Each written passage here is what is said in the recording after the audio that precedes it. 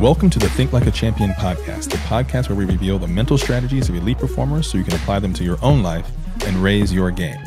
I'm your host, Harry Wilson, and on this episode of Think Like a Champion, I'm joined by Grammy Award-winning musical artist, fashion icon, and entrepreneur, also my sister-in-law, Ciara. We're joined by her husband and my co-host, Russell Wilson, and we're going to talk a little bit about the secrets of being a power couple.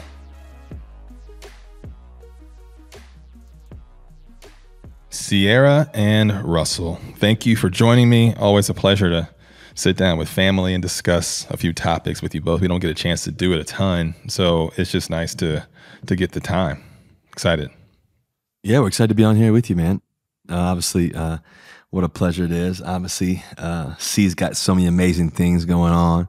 I'm just trying to keep up with the Sports Illustrated cover girl, but, I'm just saying. Stop, babe. It's true. Oh, gosh. Thanks, babe. Harry, it's great to be here with you, too. It's funny because we've never done anything like this yet, right? It's our first time.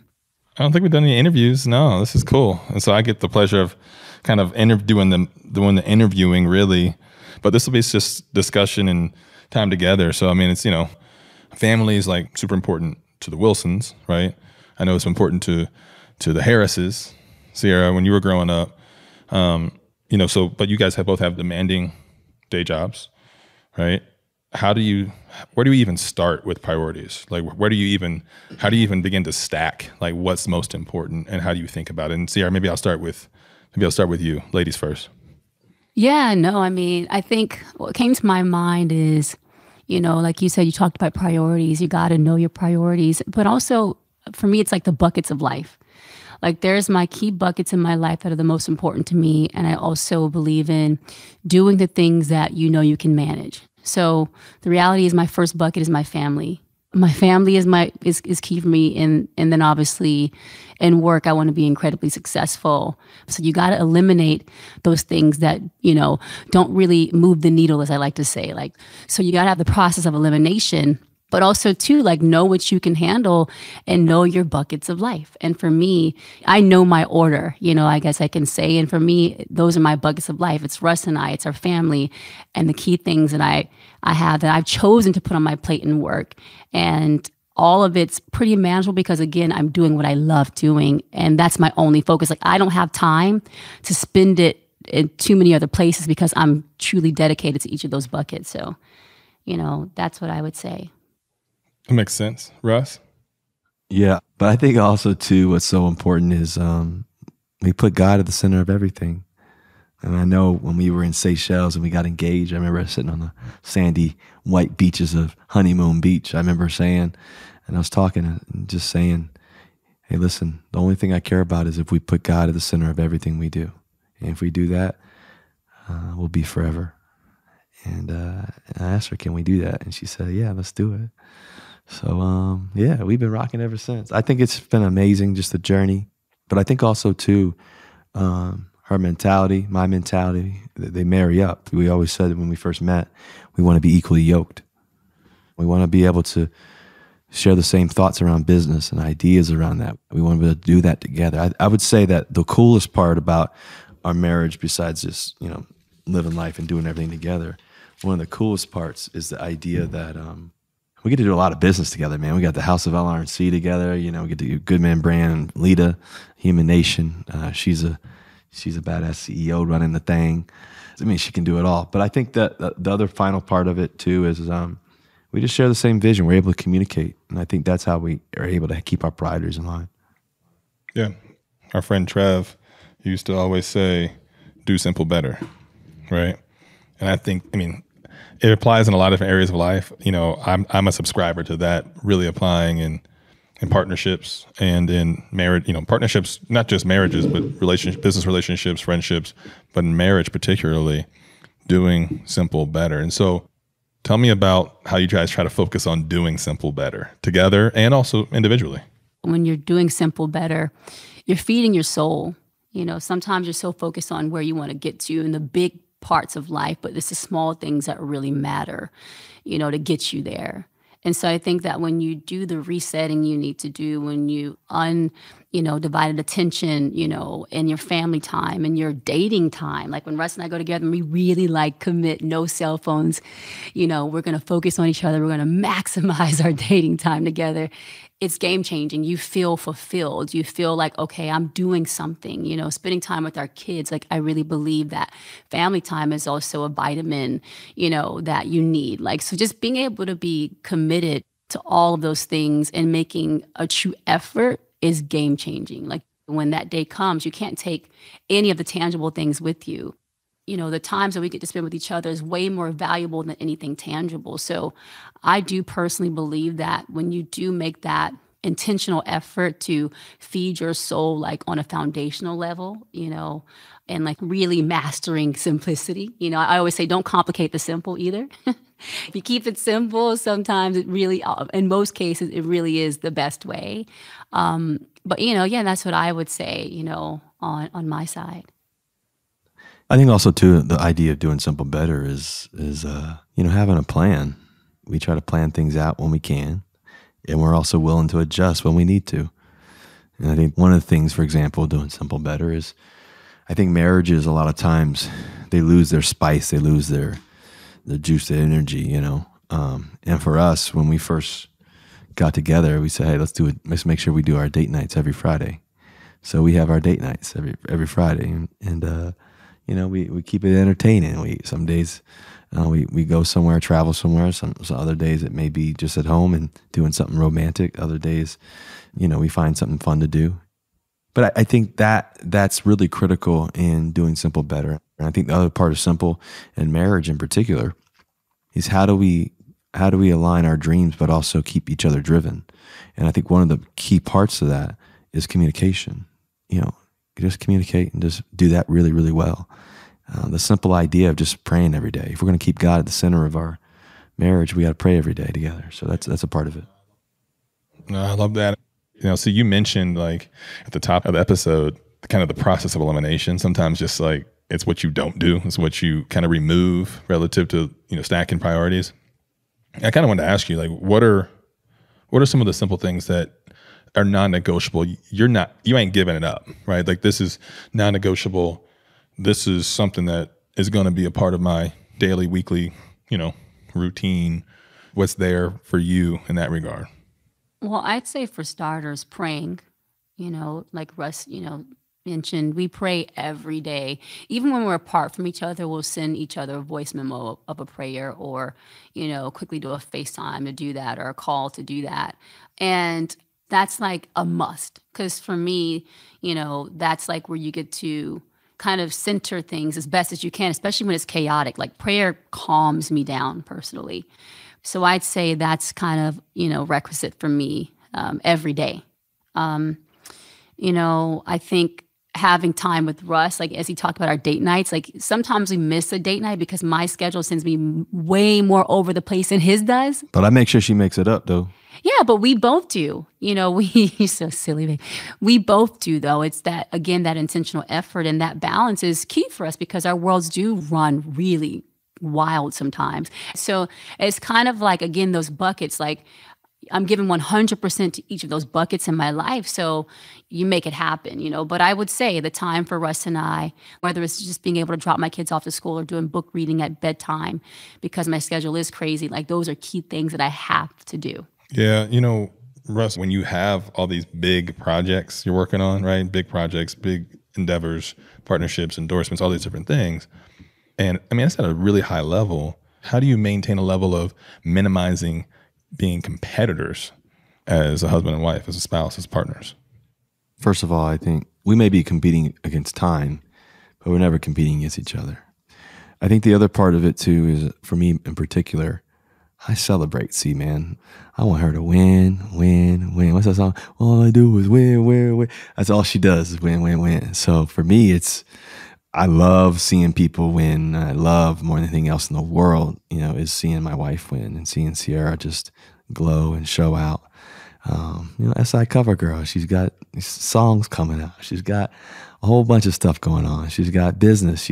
Like I said, she's running stuff. And so for me, what my job is, my role is to love, support, provide, care, and ultimately just be a part of a guidance. I think that's a big role. And I have an obligation because God granted me the opportunity to be able to love and to be there with C every day. And so the obligation is this. He gave her amazing talent, so I got to celebrate it. And so I celebrate and love the fact that God's given her that much talent. So I want her to use it all. And whatever I can do to embrace, encourage, challenge, support, and whatever that is, that's what I'm going to do. So I think that how it comes out is when you're able to serve and love, I think you get that back. And even if I wasn't getting it back, I would always give it to her because that's my obligation. Oh, you going to get it back now. And I do. I mean, I think the reality is that when Russ wins, I win. When I win, he wins. I think that's just the best and simple way to put it. So it's like you always want to cheer each other on. We're stronger together. That's for sure. And the thing is like Russ will tell you, and you know too, Harry, I really respect and admire the process that Russ goes through every day. When Russ is in the huddle with his teammates, I feel like just basically I picture myself like I'm in the huddle with him too. Like I'm connected to him. I feel what he feels when he's on the field. Baby, you could be my center any day. So silly. Yeah, that's silly. That's silly. You're like in the huddle. You're like you have a horse in the race. Like you feel like you played the game after I'm the game. in it. I know what you mean on this because I've been there. Yeah. You feel like you played the game after Russell You plays, do. right? You're like, man, I need to get in a cold tub because I'm sore from just watching. Exactly. I'm connected to the process, right? And everything that he does on the field and off the field.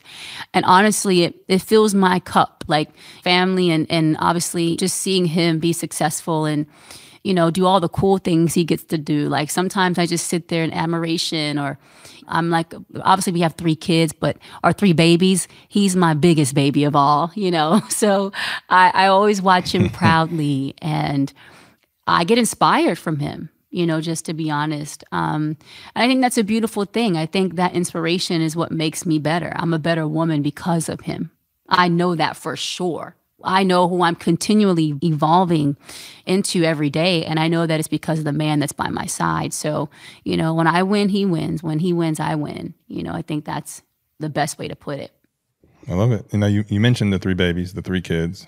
Let's talk a little bit about parenting styles. How would you both describe your parenting styles? I'll jump out. I would say I am firm with love. I don't know, babe. What would you say about me?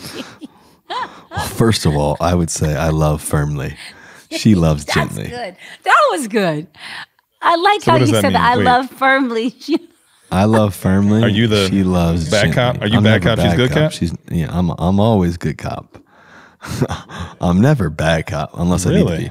But I would say that I'm really big on like discipline, like making sure there's yes sir, yes ma'am. Ciara same way. Both come from the South. We're big on that. Ciara though, she be letting them slide on some stuff now. But babe, I'm like, babe, we gotta teach them how to do this. We gotta push, but no.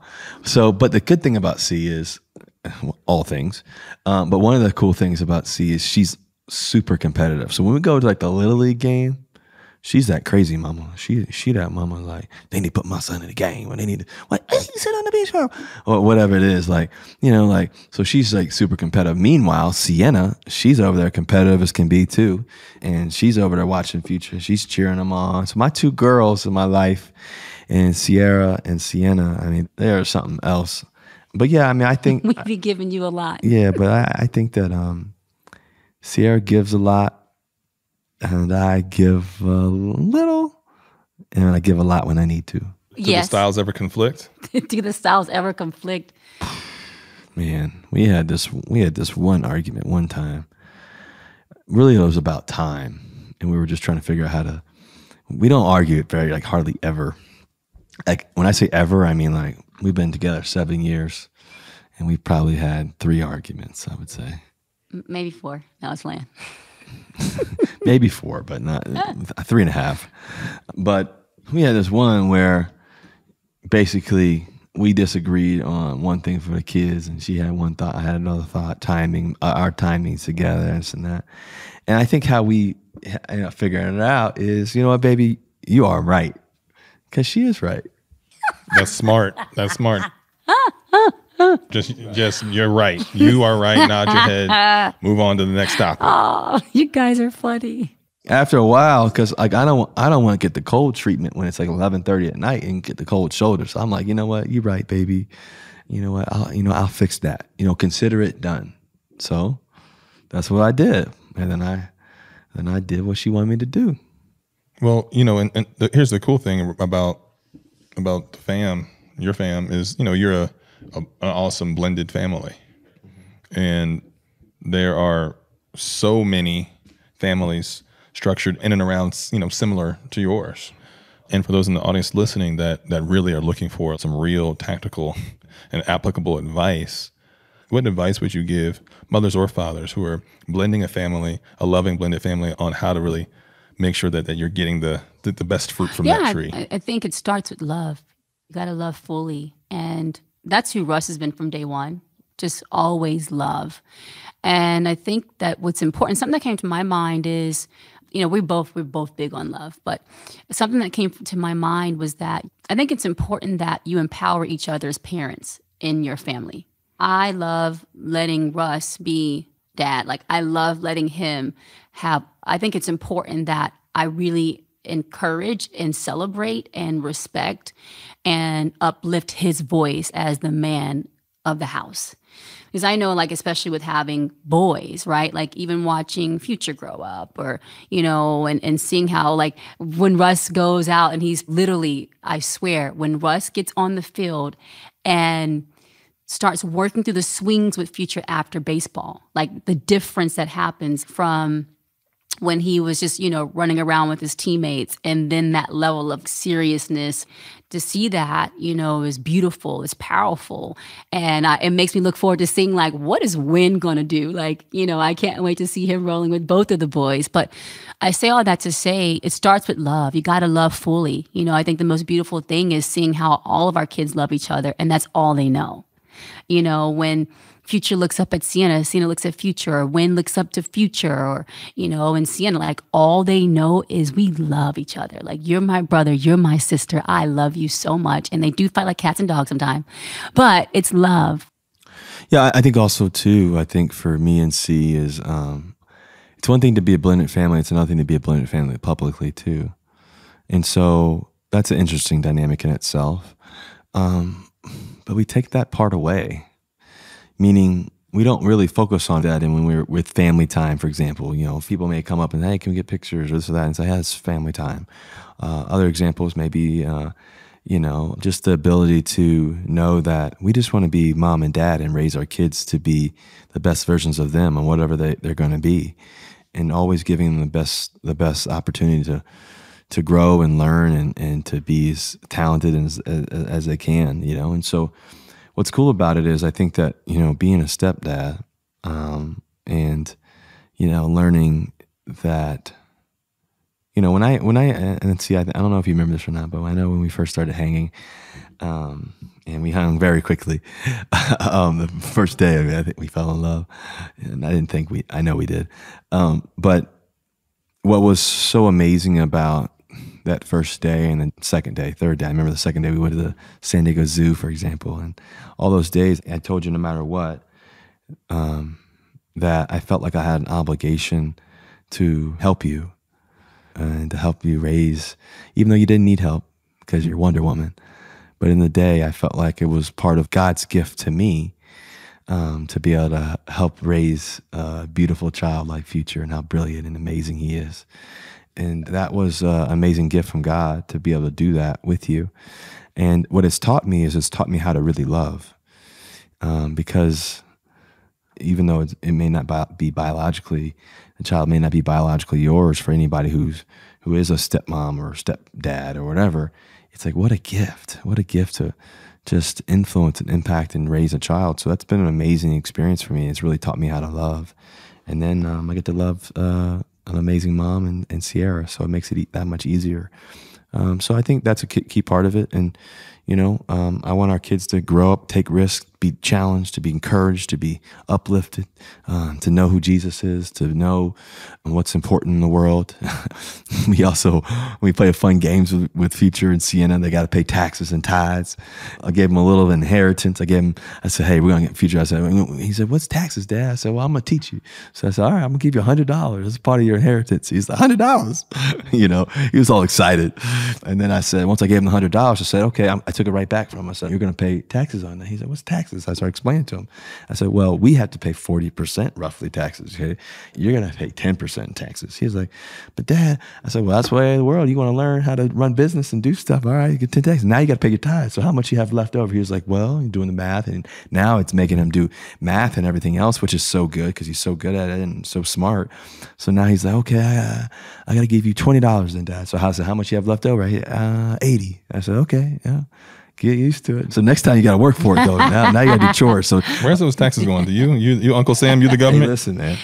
We got date nights to pay for. No, babe. It's going in the jar of money that we give back to them again. So the money keeps growing from the money they keep on giving. Sure. Well, listen. I mean, I love how you're setting the kids up with getting them started to kind of honestly create some financial literacy and create literacy around other areas that probably the three of us didn't necessarily have access to or think about necessarily when we were young. That's great. And I think probably also teaching them how to set goals, right? And I wanted to ask you, and really for both of you, what is your philosophy, Ciara, on goal setting? And what type of advice would you give women, but also couples on setting up goals together? Because it's hard to set up, as in a marriage, it's hard to set up goals just individually, only individually, but you also have your individual goals. How do you balance both of those I've always things? been a big believer in goal setting. I always say you can't get to where you want to get to in life without a compass. So it's like, what's your compass, right? Because it's like, if you just throw darts in the air, you'll never land on a target. You'll never land. So I have like this kind of the key steps that I think you have to do. You got to visualize. You got to speak life into your goals. You got to write them down. There's something about that happens subconsciously that you start to will yourself in the direction that you want to go in. Again, when you have a compass, you have a better focus. So I think that, that part's really important. And then as it relates to the together part of it, communicate. Like something that Russ and I do, we actually we're planning to get together to kind of like, it's almost like doing a whiteboard, like being able to spend time, because we do run pretty substantial businesses together. We've got to talk about them. Like we create our vision board together too with our teams, and that's so powerful because a lot of things that we sit down and talk about together first and then have the team come in with us and share that vision with them, they're happening. Whether it's just recently, us becoming New York Times bestsellers, with our book, Why Not You, or charter school in Seattle, Why Not You Academy, down to the goals that we have from our fashion house, the House of LR&C, and our fragrance, R&C fragrance, like our production company, Why Not You Productions. Like you think about all these cool things you get to do. And to be honest, they all started from us talking, from a conversation, honest conversations, vulnerable conversations, real conversations, intentional conversations. Like you got to be intentional. And then again, process of elimination. We may have 50 goals on the plate, but hey, what are the top 5 priorities on that list? And then we talk about how we're going to make it happen. You got to talk about how you're going to do it. And knock on wood, it's been a pretty successful process for us so far. So yeah, that's what I would say. Yeah, and I think all that's exactly right. And I think for me we just have a lot of fun while doing it. I think that's the part that we get to enjoy, and we celebrate each other. You said enjoy. I mean, I think the key part of that is that second part of that word, joy. I think the thing about enjoy too is this idea of like enjoy, like have fun. But I think also too, like this idea of enjoy, I-N space joy. Yeah, I love it.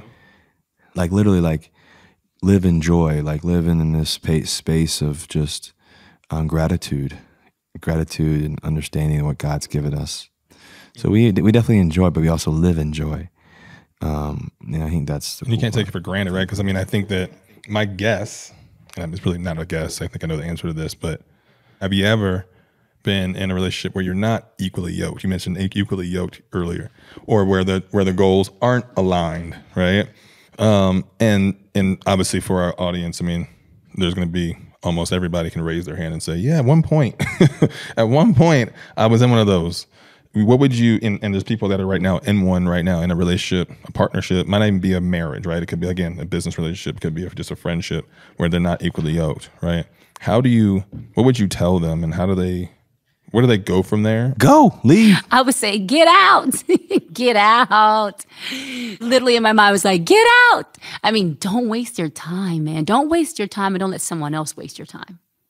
I mean, that's just the truth of it. Like, that's my pet peeve, is wasting time. I can't stand wasting time. Yeah, man, life is too precious. Like, the years that we have, especially when you're in your youth, and it's too precious to let somebody waste your time, you know? So I also say, trust your gut. Your gut is never wrong. And us ladies do have the gift of gut. I will say that. We have a gift. Fellas, know that your lady has the gift of gut, and it is a high accuracy rate. It's always right. So I think just the humans in general, like you know, like that first feeling you have, it's like, trust that. Never go against it. Well, here's the thing about relationships too. I mean, I always said that, you know, relationships are ruined or fall short because expectations aren't met. They weren't clearly stated, they weren't clearly understood, they weren't clearly communicated, and they weren't met. So communication.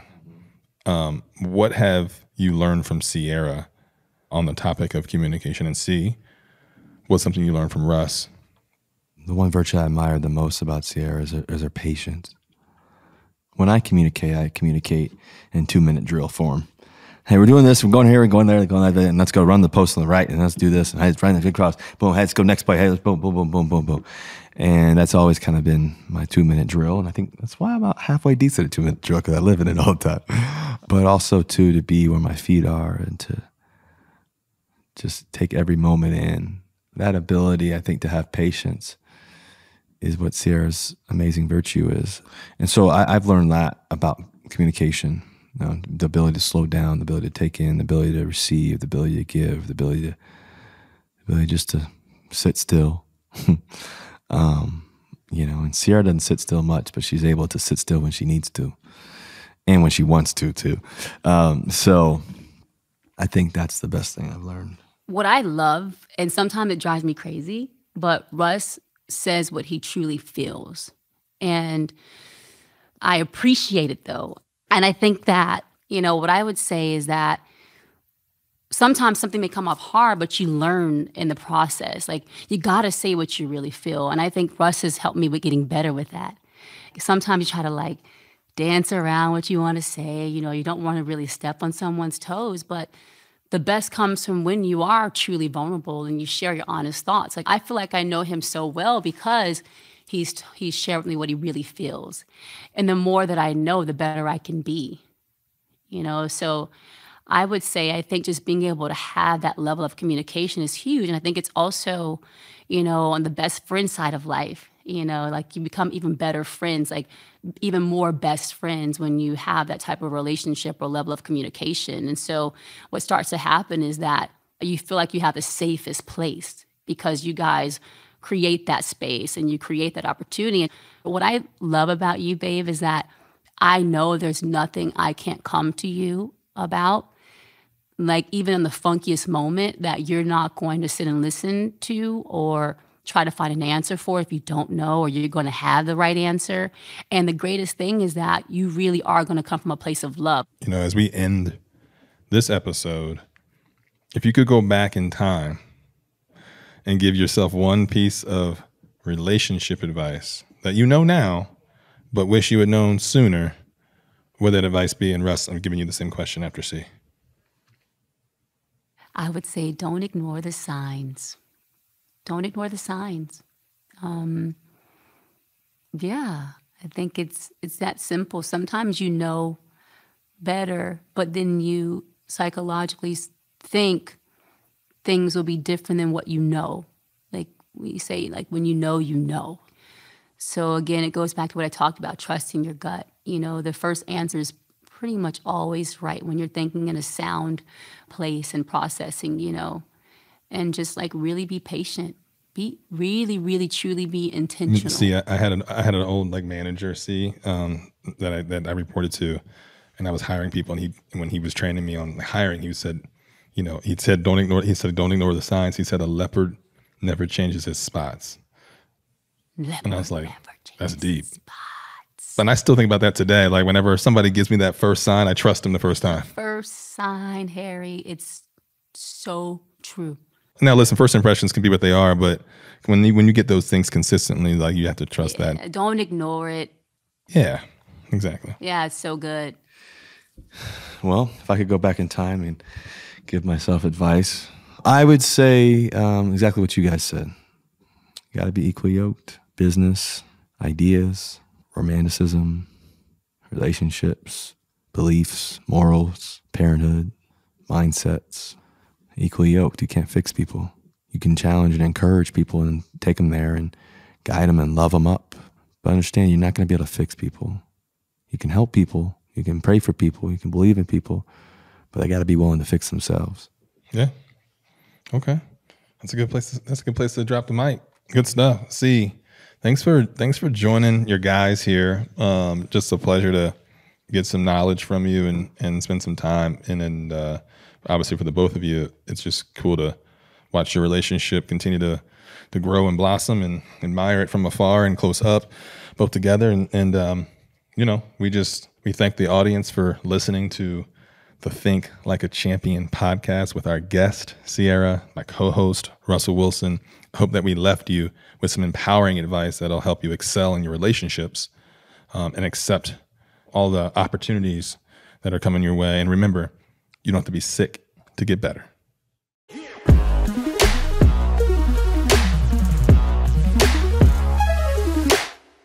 Thank you so much for listening to the Think Like a Champion podcast with our guest, Ciara, and my co-host, Russell Wilson. I hope they left you with some empowering advice that'll help you excel in the relationship aspect of your life. And remember, you don't have to be sick to get better.